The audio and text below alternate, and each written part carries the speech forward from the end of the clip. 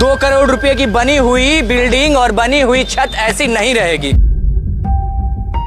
छत जो है तमाम गिरने लगी है और छत हमेशा गिरते रहते हैं यहाँ पर। ऐसे में दुकानदारों से आप रेंट वसूलिएगा तो कैसे होगा। एक स्मार्ट बस स्टैंड नहीं बना पा रहे हो, स्मार्ट सिटी बनाओगे गया जी को आप लोग। बड़े बड़े आदमी, गरीब व्यक्ति गरीब को दुकान नहीं मिलता, ये बड़े आदमी जो रंगदार है उन्हीं लोग को दुकान मिलता है बस।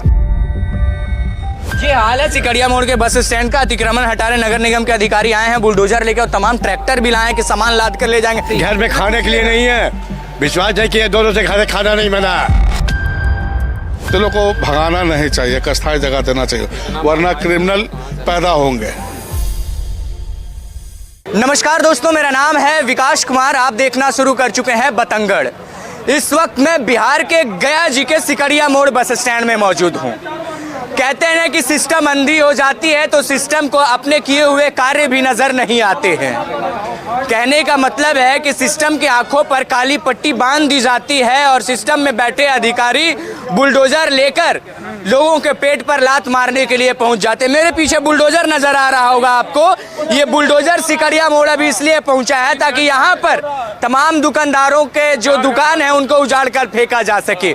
दुकानदारों का आरोप है कि इस महीने हमने आज दूसरी बार फाइन दिया है नगर निगम को। 1000 फाइन दिया 12 फरवरी को और आज 16 फरवरी है और आज भी फाइन दिया हमने। देखिए एक 16 तारीख का रिसिप्ट ऊपर दिख रहा होगा आपको और 12 तारीख का रिसिप्ट नीचे आपको नजर आ रहा होगा। ये 2 रिसिप्ट देखिए तमाम दुकानदार आपको दिखा रहे हैं और अतिक्रमण हटाया जा रहा है।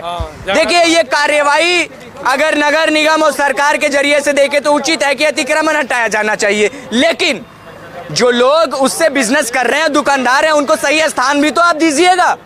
बस स्टैंड में आपने जितने भी दुकान बनाए हैं, अगर उन दुकानों की हालात आपको मैं दिखा दूं तो यहाँ पर कोई भी दुकानदार उस दुकान में रेंट देने के लिए तैयार नहीं होगा कि 10 साल भी नहीं हुए हैं इस बस स्टैंड को बने हुए और बस स्टैंड की छत जो है गिरने लगी है। यात्री शेड की छत जो है उससे भर-भरा कर तमाम सीमेंट गिरने लगी है और बुलडोजर बाबर लेकर यहाँ खड़े हैं ये लोग तमाम। देखिए अभी अंदर चलकर मैं आपको दिखाऊंगा कि क्या हालात है बस स्टैंड की। आइए पहले इस दुकान को दुकान में दिखा देता हूँ आपको। देखिए ये देखिए लोग अपना पैसा लगा के इसको बनाए हैं तब ये इतना बेहतरीन हुआ है। ये अपना पैसा लगा के बनाया हुआ है। 2-3 लाख खर्च किए हैं। बाकी नगर निगम ने जो चीजें बनाई वो मैं आपको दिखाता हूँ। निगम ने जो बनाया है वो हाल आप देखिए। ये देखिए आप अगर कैमरा दिखा पाए तो दिखाइए कि किस तरीके से छत जो है तमाम गिरने लगी है।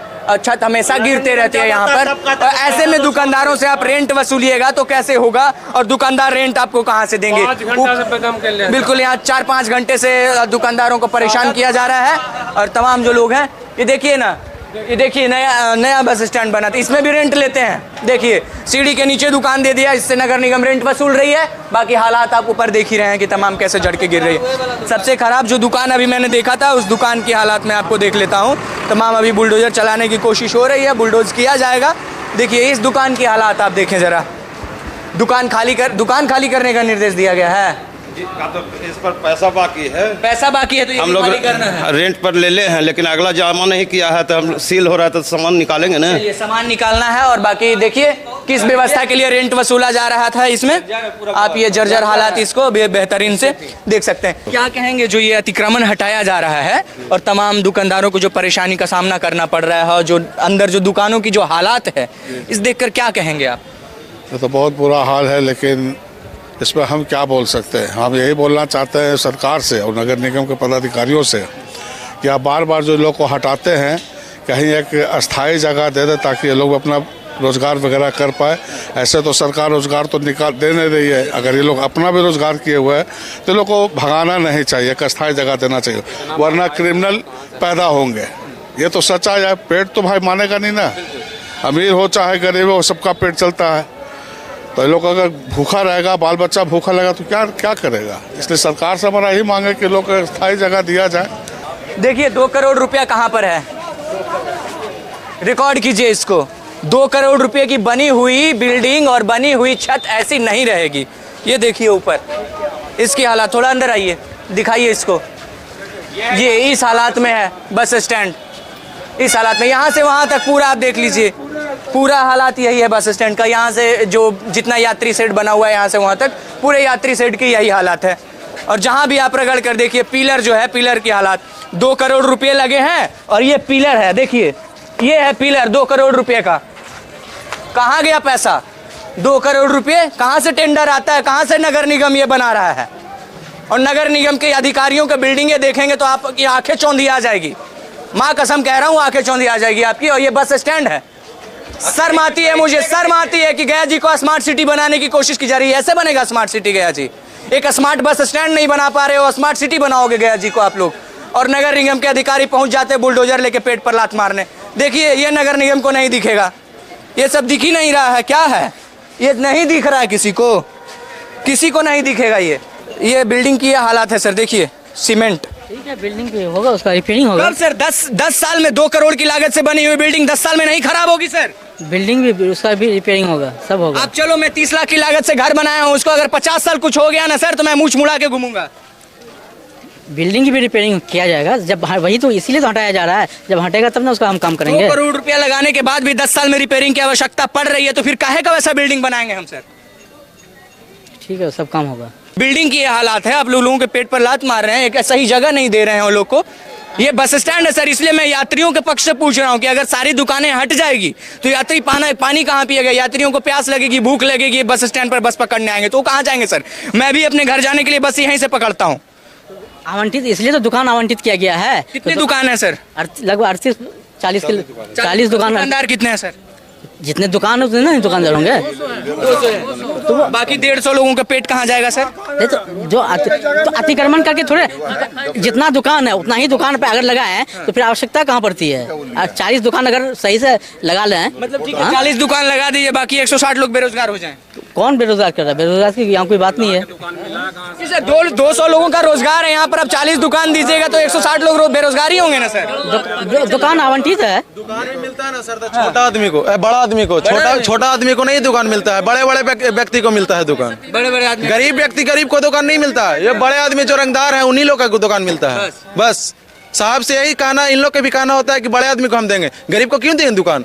गरीब रोड पे ही मरे, बड़े आदमी बड़े ही बनेगा। गरीब आदमी को साहब भी चाहते हैं कि गरीब आदमी मरे, बड़े आदमी को ही जिलाने के लिए इन लोग भी चाहते हैं, इसलिए बड़े आदमी को दुकान दे रहे हैं।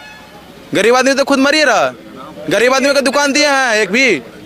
मैं या तो ये कहूंगा कि गया जी की जनता भोली है, या तो कहूंगा कि अधिकारी बदमाश हैं। यात्री आएगा तो जलपान का व्यवस्था होना चाहिए ना, तो उसके लिए जलपान का व्यवस्था है उसका, वो भी तो जर्जर स्थिति में है। वो भी जर्जर स्थिति है, और टाइल्स न लगाते तो दीवार कब का गिर जाता है, कब का गिर चुका होता है। ये हाल है सिकड़िया मोड़ के बस स्टैंड का। अतिक्रमण हटा रहे नगर निगम के अधिकारी आए हैं बुलडोजर लेके, और तमाम ट्रैक्टर भी लाए हैं कि सामान लाद कर ले जाएंगे।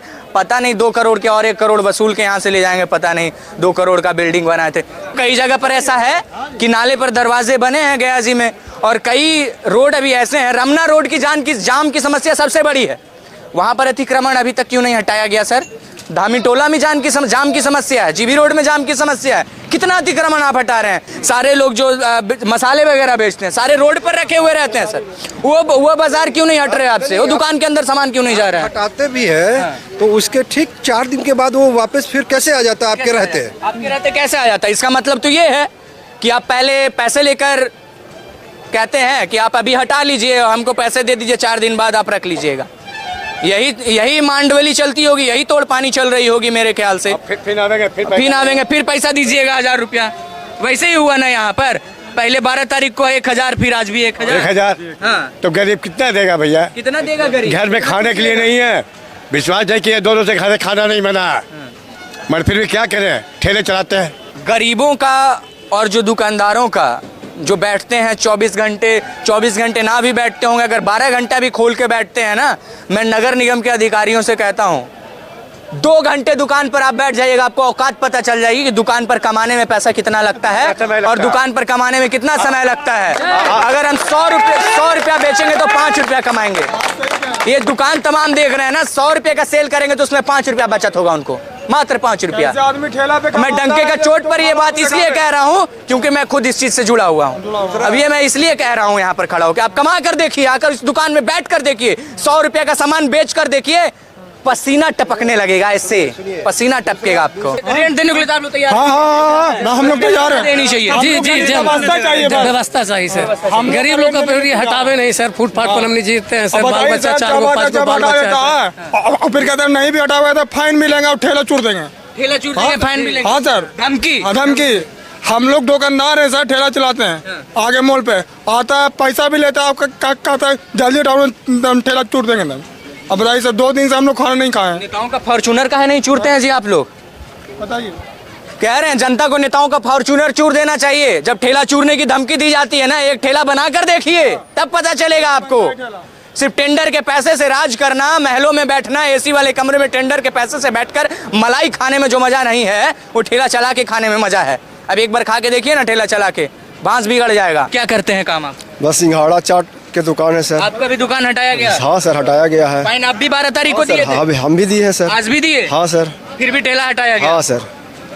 हम लोग पैसा भी वसूल लेना है, ठेला भी हाँ हटा सर, देना। हम लोग के सर कम से कम रोजी रोजगार करने के लिए जगह मिलना चाहिए ना सर।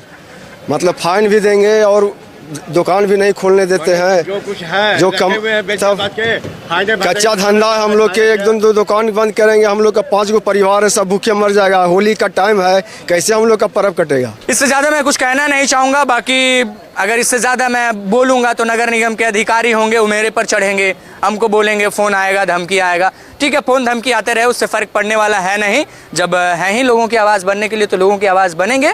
अब दीजिए हमें इजाज़त और देखते रहिए बतंगड़। बहुत बहुत धन्यवाद।